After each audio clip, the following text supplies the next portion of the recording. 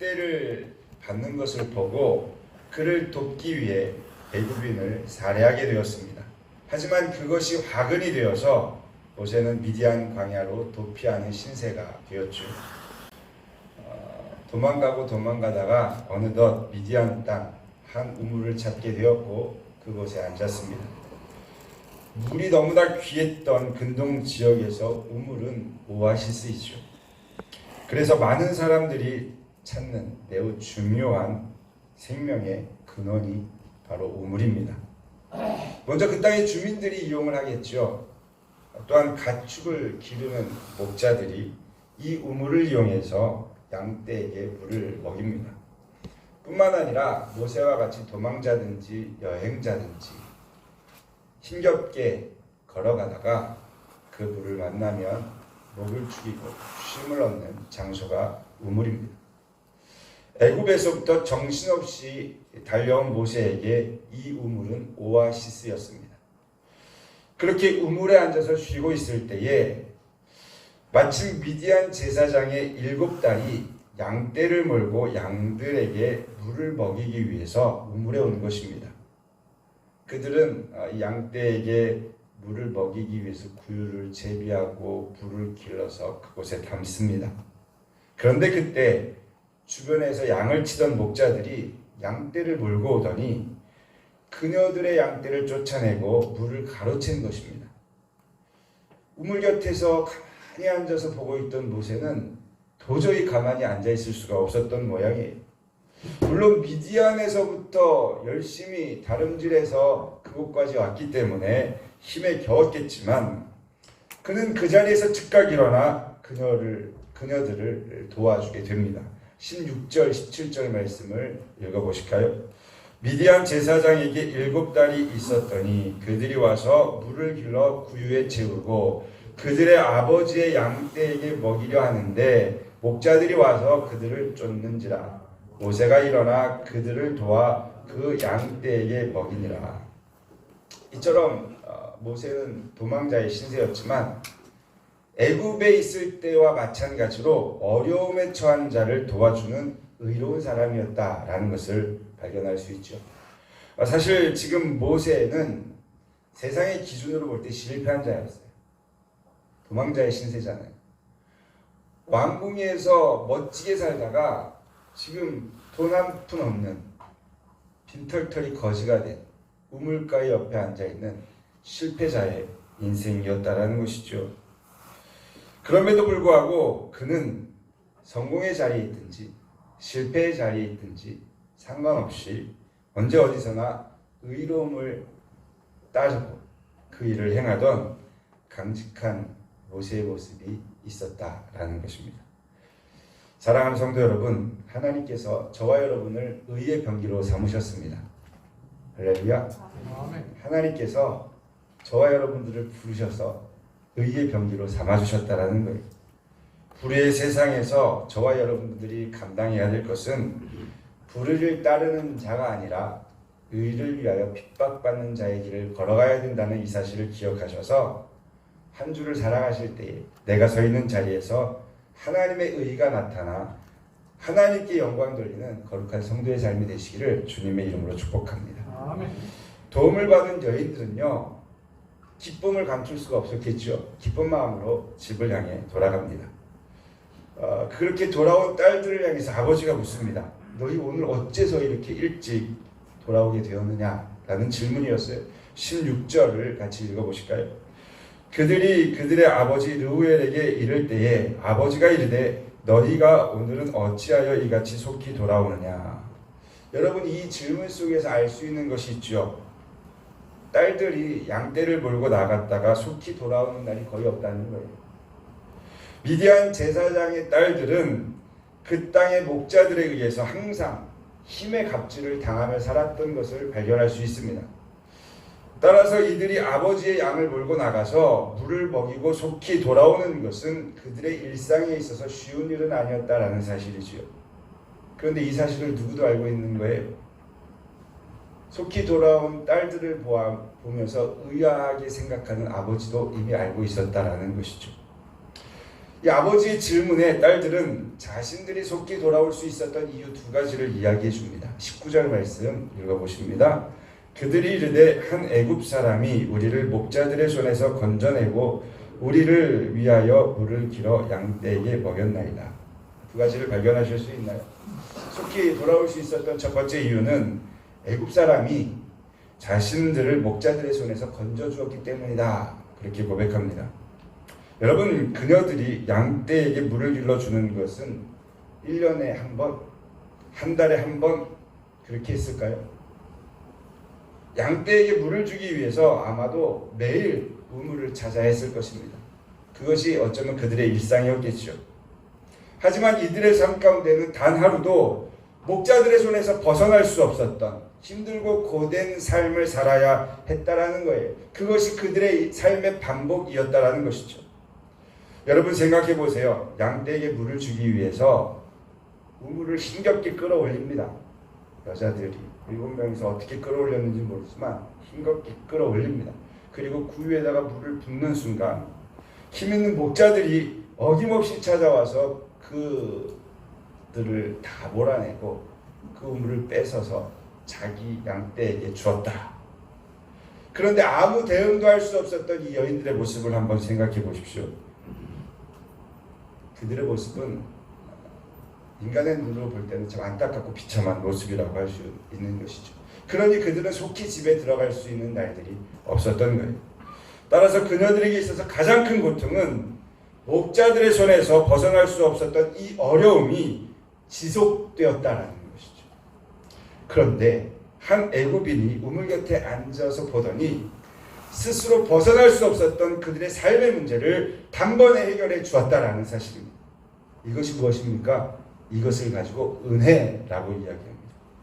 벗어날 수 없었던 목자들의 손에서 건져내어준 구원의 은혜였다라는 것이죠. 그래서 17절에 보시면 모세가 일어나 그를 도왔다라고 표현했지만 도움을 받았던 여인들은 어떻게 표현합니까? 우리를 목자들의 손에서 건져냈다 이렇게 표현을 하고 있다라는 거예요. 물론 이는 장차 모세가 이스라엘을 구원할 인도자임을 암시해주는 말씀이기도 하죠. 여러분, 모세가 미디안 제사장의 딸들을 목자들에서 건져내어 주었던 것처럼 하나님께서는 이스라엘 백성을 사랑하셔서 그들을 애굽의 손에서 건져내실 계획을 가지고 계셨다라는 거예요. 그리고 그 일을 하시기 위해서 모세라는 한 인물을 선택하셨고 다양한 방법으로 훈련하시고 때가 찬 시각 마침내 그 일을 감당케 하셨다. 우리는 성경을 통해서 볼 수 있죠. 하나님은 이처럼 모세를 통해서 이스라엘 백성들을 애굽 땅에서 건져내셨습니다. 뿐만 아니죠. 하나님께서는 저와 여러분뿐만 아니라 온 인류를 사랑하셨습니다. 그래서 인류를 구원할 계획을 가지고 계시는 것이죠. 그리고 때가 찬 시각 하나님께서는 이 인류를 구원하기 위해서 예수 그리스도를 이 땅에 보내주셨다. 할렐루야. 죄의 종으로 스스로 벗어날 수 없었던 우리에게 예수 그리스도를 통해서 구원에 나아갈 수 있는 그 길을 열어주셨다라는 사실입니다. 사랑하는 성도 여러분, 2000년 전에 이 땅에 오신 예수님, 그분이 이 땅에 오신 이유는 다른 것이 아니라 저와 여러분을 죄에서 건져내기 위해 이 땅에 오신 하나님의 귀한 사역이라는 사실을 잊지 않고 살아가는 저와 여러분들이 되실 수 있기를 주님의 이름으로 축복합니다. 아멘. 그래서 마태복음 1장 21절에 말씀해 주시잖아요. 우리 큰 소리로 한번 같이 읽어보실까요? 아들을 낳으리니 이름을 예수라 하라. 이는 그가 자기 백성을 그들의 죄에서 구원할 자이심이라 하니라. 할렐루야. 예수라 하라. 무엇을 위해서? 자기 백성을 구원하실 자. 그가 바로 예수인 것이죠. 저와 여러분들이 예수 그리스도를 믿음으로 죄에서 구원받았다는 이 사실로 인하여서 날마다 구원의 감격 속에서 살아가는 성도의 삶이 되시기를 주님의 이름으로 축복합니다. 아멘. 여러분, 절대로 이 구원의 감격을 놓치지 않기를 소망합니다.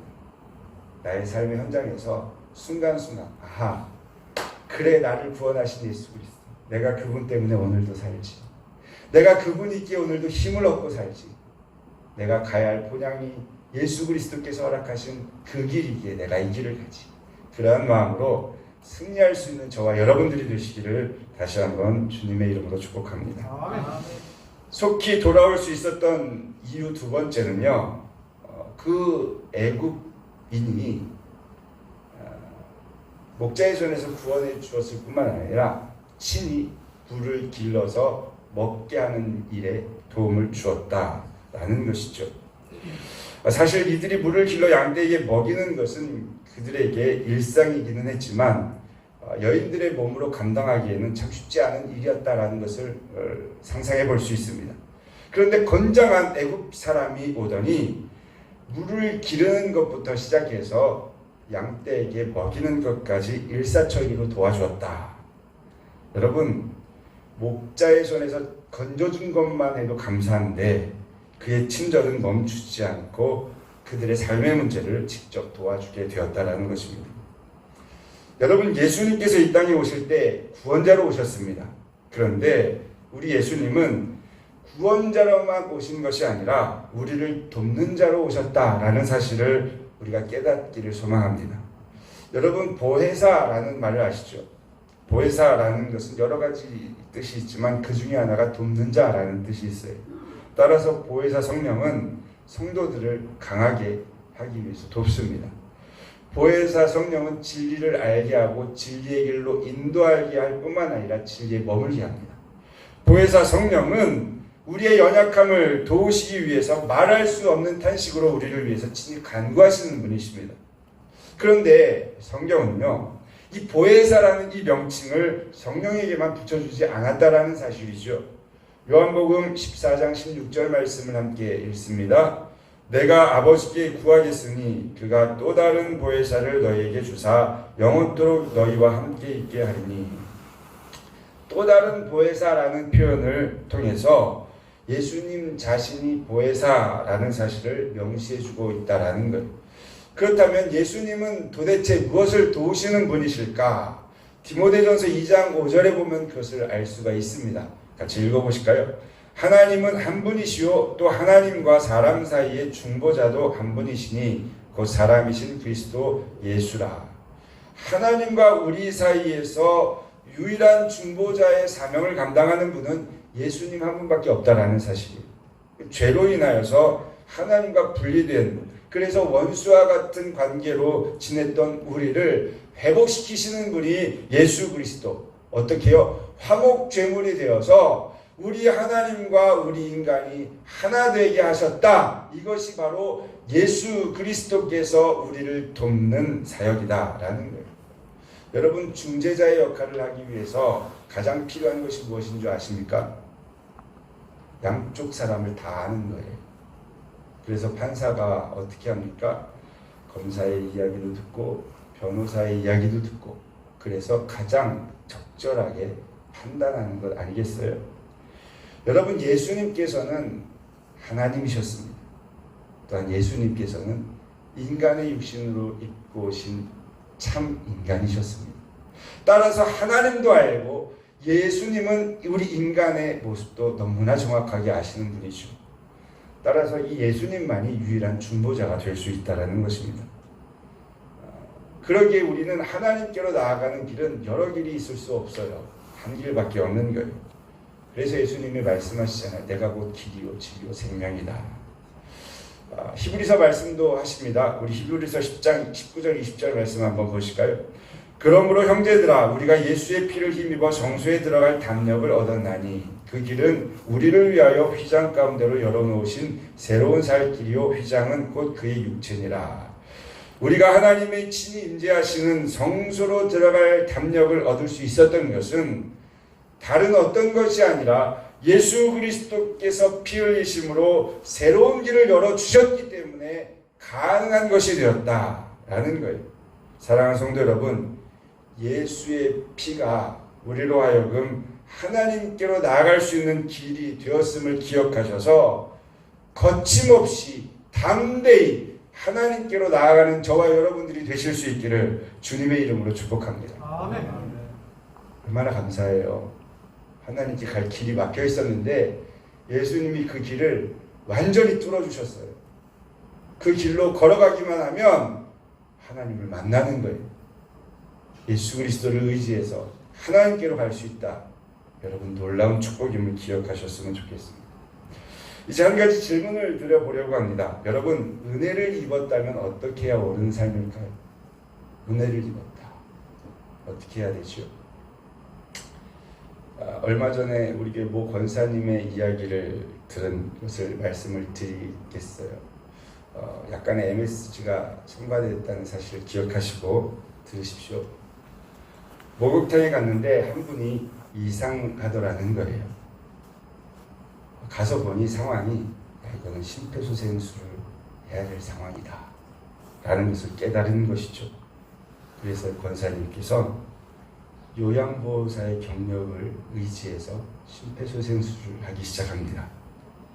그러던 가운데 다행히도 119에서 한 여성분이 오셔서 수습을 잘 해주었다고 합니다. 그런데 문제는 쓰러졌던 분이 깨어나시더니 권사님한테 보청기를 달라는 거예요. 보청기의 값이 얼마니 하는 이야기를 보니 이거 심폐소생술 해주고 보청기 값까지 물어주기에 생긴 판이 되는 거죠. 왜 우리 속담에 그런 말이 있잖아요. 불에 빠진 사람 구해주었더니 뭐 한다고요? 보따리 내놓으라고. 이것을 직접 경험하신 거예요. 참으로 다행인 것은 그 보청기가 오사무람에 있었다라는 것이죠. 여러분 누군가에게 은혜를 입었다면 감사의 표시를 해야 하는 것 마땅한 일입니다. 물론 이 여인들이 배은망덕의 극치를 보이지는 않았습니다. 하지만 아버지는요, 이들이 그냥 돌아온 것에 대해서 강하게 질책을 합니다. 더불어서 그에 대한 감사의 표시를 해야 된다라고 강조해 줍니다. 20절 말씀, 그런 의미로 한번 읽어보실까요? 아버지가 딸들에게 이르되 그 사람이 어디에 있느냐? 너희가 어찌하여 그 사람을 버려두고 왔느냐? 그를 청하여 음식을 대접하라 하였더라. 여기에 사용된 버리다 라는 이 단어는 내어버리다, 배반하다 라는 뜻을 가지고 있는 것을 볼 때에 아버지께서는 그냥 돌아왔던 이 딸들에게 강하게 질책한 것은 분명한 것 같습니다. 또한 청하여 음식을 대접하라는 말로서 귀한 손님을 정성껏 마음을 다해 대접했던 당시의 풍습에 따라 감사를 표현하라고 강조했던 것이죠. 그렇다면 우리는 여기에서 한 가지 의문을 가질 필요가 있습니다. 이 여인들이 자신들을 도와주었던 애굽 사람에게 감사한 마음이 전혀 없었을까요? 이 여인들이 자신들이 겪었던 것을 아버지께 흥분하면서 이야기하는 것을 볼 때에 감사하는 마음이 충분히 있었다라는 것을 발견할 수가 있습니다. 문제는 그 마음이 아버지에게는 전달되었는지 모르겠는데 실제로 도와주었던 모세에게는 전달되지 않았다라는 것이죠. 그래서 그것을 알았던 이 아버지는 딸들을 책망하면서 그에게 감사의 표시를 하라 이야기하는 것입니다. 이 모습을 제가 곰곰이 묵상하면서 꼭 우리의 모습과 같다. 이 마음을 지울 수 없는 건 왜일까요? 살다 보면 참 감사할 일들이 많죠. 그런데 실상 감사를 표현하지 못하고 살 때가 참 많습니다. 가족 간에도 그렇고요. 성도 간에도 그런 것을 볼 수 있습니다. 왜 그럴까라는 생각을 가끔씩은 해봅니다. 그런데 이것이 인간관계에서만의 문제가 아닌 것 같은 생각은 저만의 생각일까요? 좀 제가 어렵게 표현했죠. 좀 쉽게 이야기했습니다. 그 감사가 저와 여러분들이 하나님께도 잘 표현되어지고 있느냐라는 거예요.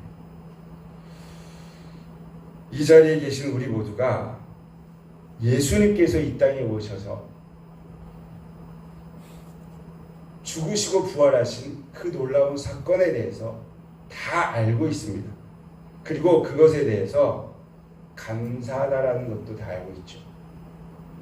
그분이 나의 죄의 모든 문제를 해결해 주셨다라는 것을 생각할 때마다 감사하지 않는 사람은 없을 것입니다. 그런데 문제는 뭐예요? 실제적으로 표현을 잘 못한다라는 것이죠. 바라는 것은 우리 예수 그리스도의 은혜를 버리지 마시고 감사함으로 우리 주님께 대접하는 성도님들이 되실 수 있기를 주님의 이름으로 축복합니다. 아멘. 어떻게 하시겠어요? 찬양할 때 온 마음과 정성을 다해서 하나님을 찬양하십시오. 할렐루야. 아멘. 누구를 찬양하는, 우리가 찬양하는 이유가 무엇입니까? 하나님을 찬양하는 거죠. 그 하나님께 정말로 내 마음과 정성을 다 쏟아 부어서 그 힘을 다해서 찬송하십시오. 예배 드릴 때 하나님께 예배 드리는 것이니 진심을 담아 영과 진리로 하나님께 예배 드릴 수 있는 저와 여러분들이 되실 수 있기를 주님의 이름으로 축복합니다. 아멘. 이것이 진짜 감사의 표현이 아니겠어요? 무엇보다 감사의 표현을 할 수 있는 예배의 자리를 사모함으로 열심히 나와 하나님 앞에 예배하는 성도님들이 되실 수 있기를 주님의 이름으로 축복합니다. 아멘. 다음 주는 성탄주일입니다. 동방박사들은 별을 보고 그분이 어떤 분이신지 예측을 했고 머나먼 길을 마다하지 않고 열심히 걸어가서 예수님이 누이신 구유 앞에 엎드려 보배합을 올려드렸던 것이죠. 그야말로 진정한 경배의 모습이 아닌가 생각할 수 없습니다. 여러분, 성탄절이 되면 세상도 난리 법석이죠. 오죽하면 교계사 앞마당에 성탄절 전등식을 하고 있겠습니까? 하지만 주인이 빠진 그들만의 잔치인 것이죠. 사랑하는 성도 여러분, 성탄절에 세상이 저와 여러분들에게 손짓한다 할지라도 세상으로 나아가지 마시고 성전에 나와 마음의 보배합을 드릴 수 있는 저와 여러분들이 되실 수 있기를 주님의 이름으로 축복합니다. 아멘. 그것이 바로 우리 주님께서 베풀어 주신 은혜에 대한 대접일 것입니다. 아버지의 요청에 따라서 딸들은 모세에게 지극 정성을 다해서 아마 대접을 했을 것입니다. 그리고 성경에는 기록되어져 있지 않지만 르우엘, 이 딸들의 아버지죠. 르우엘은 모세에게 함께할 것을 요청했던 것 같아요. 그리고 모세는 르우엘의 요청에 적극적으로 수락하는 모습이 21절에 기록되어 있습니다. 우리 한번 보실까요? 모세가 그와 동거하기를 기뻐하며 그가 그의 딸 십보라를 모세에게 주었더니, 보신 바와 같이 모세는 그와 동거하는 것을 기뻐했다라는 거예요. 다시 말하면 함께하는 것이 인생의 가장 큰 기쁨이었다라는 것을 기록해 준 것입니다. 이사야 선지자는 오래전에 선포했습니다. 보라, 처녀가 잉태하여 아들을 낳을 것이요 그의 이름을 임마누엘이라 하라, 그렇게 말씀합니다. 임마누엘이라는 것은 우리가 잘 알듯이 하나님이 우리와 함께 계시다라는 의미가 담겨져 있습니다. 이처럼 하나님께서 가장 기뻐하시는 것은 사랑하는 하나님의 백성과 함께하는 것이죠. 그리고 우리 하나님은 늘 우리와 동행하기를 원하고 계신다는 것. 여러분, 지난 한 주를 돌아보십시오. 나는 한 주를 살아가면서 누구와 함께 있었던가? 나는 누구와 동행하는 삶을 살았던가? 바라고 소망하는 것은 앞으로 올 이번 한 주가 우리가 우리 주님과 함께하는 귀한 시간, 이전보다 우리 주님과 동행하는 시간이 더 풍성해질 수 있기를 주님의 이름으로 축복합니다. 아멘. 그러기 위해 말씀을 펼치십시오. 기도하십시오. 올려드리는 성경일동이 얼마 남지 않았지만 그 일들에 동참하십시오.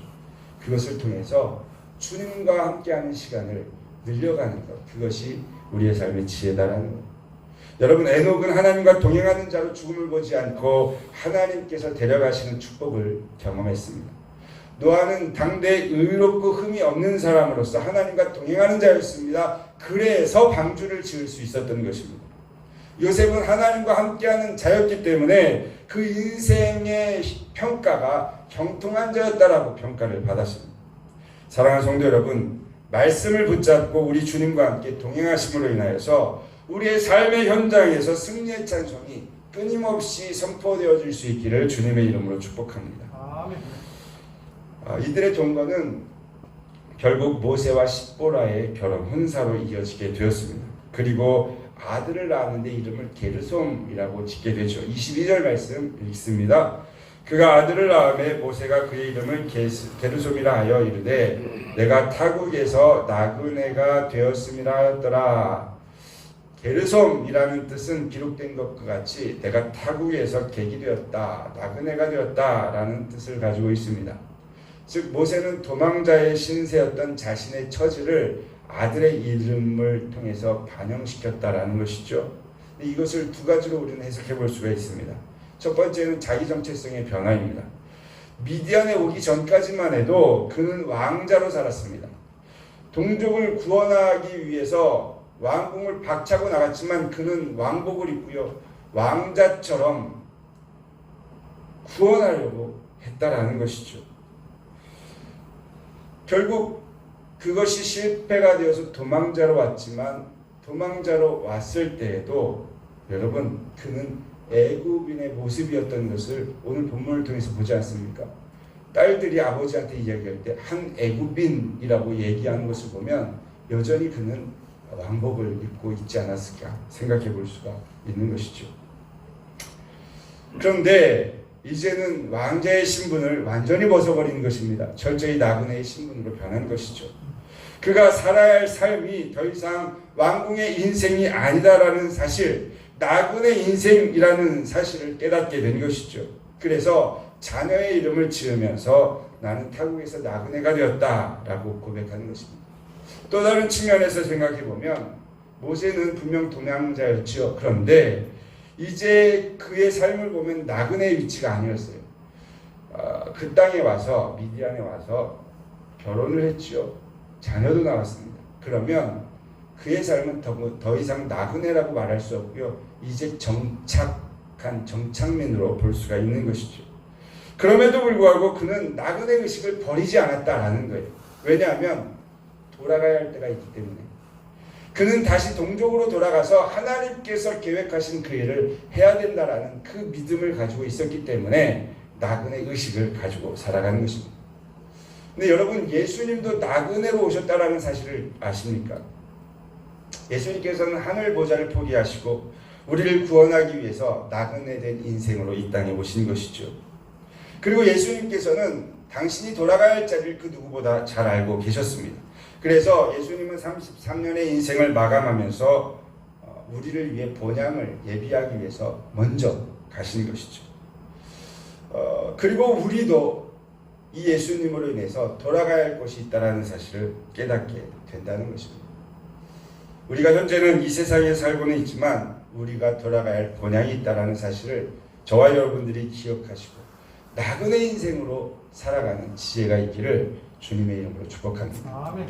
오늘은 모세가 애굽을 떠나 미디안에서 살았던 40년의 인생을 짧은 구절로 아주 함축적으로 살펴보았습니다. 그는 미디안에 가서도 돕는 자의 역할을 잘 감당했고요. 그로 인해서 루엘의 딸들에게 건진받는 기쁨, 즉 구원의 기쁨이 무엇인지 경험케 했습니다. 뿐만 아니라 그는 르우엘과 동거하기를 기뻐하였고 그로 인하여서 르우엘의 딸 시보라와 결혼하는 삶을 살게 되었습니다. 그는 아들을 낳고 게르솜이라고 지으면서 결국 자신의 인생이 나그네 인생임을 고백하게 되죠. 사랑하는 성도 여러분, 우리 주님은 저와 여러분들을 구원하셨습니다. 그 구원의 기쁨을 누리며 사는 저와 여러분들이 될 수 있기를 소망합니다. 우리 주님은 우리와 함께 하십니다. 그 주님과 동행함으로 형통한 삶을 살아가는 저와 여러분들이 되실 수 있기를 소망합니다. 우리 주님은 우리에게 나그네로 오셨습니다. 그 주님이 먼저 가셔서 예비한 처소를 소망하며 우리도 나그네 인생 잘 걸어갈 수 있기를 다시 한번 주님의 이름으로 축복합니다.